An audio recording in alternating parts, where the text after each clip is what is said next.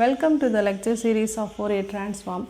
In this video we are going to see a next important topic is Fourier sine and cosine integral. So today we are going to see the important sine and cosine. First we will see the sine formula. F of x is equal to 2 by pi integral 0 to infinity sine lambda x again integral 0 to infinity f of t sine lambda t dt d lambda. So here also sine and here also sine lambda x and here it is sine lambda t dt d lambda is known as Fourier sine integral. Instead of that sine, if you are writing cos, then we can get f of x is equal to 2 by pi integral 0 to infinity cos lambda x integral 0 to infinity f of t cos lambda t dt d lambda is known as Fourier cosine integral. So using these two results only we are going to do the problem. First problem, using Fourier sine integral for f of x is equal to e power minus ax, a greater than 0. Show that integral 0 to infinity lambda sine lambda x over lambda square plus a square d lambda equal to pi by 2 e power minus ax. This is what the question. So first we have to find the Fourier sine integral for the given f of x. From that only we have to show this result. So we will write the Fourier sine integral formula.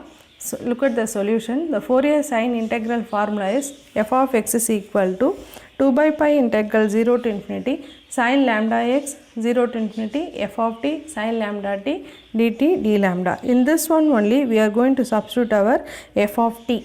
Okay, so in the place of f of t we have to substitute our f of x. So given f of x is e power minus ax, so f of t equal to e power minus at. Now why we are writing this?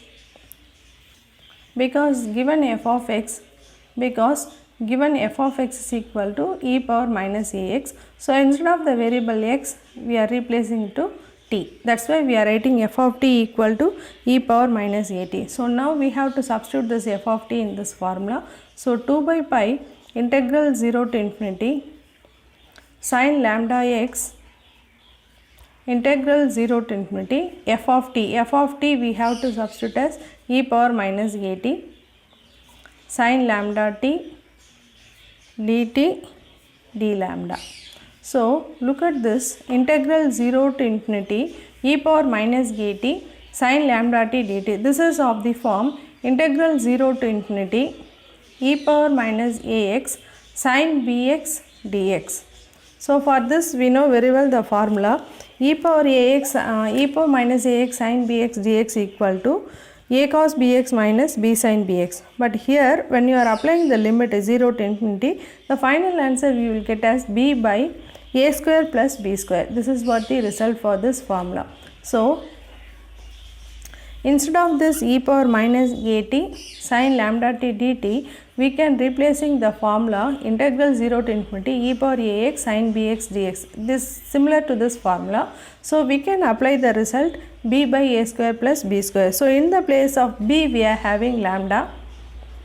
So in the place of a we are having a. So we can write it as, instead of that, this can be written as 2 by pi integral 0 to infinity sine lambda x into what? Into b by a square plus b square. So into lambda by lambda square plus a square into what? Into d lambda. So this can be written as 2 by pi integral 0 to infinity sine lambda x. Here we have lambda, so that can be written as lambda into sine lambda x by lambda square plus a square into d lambda.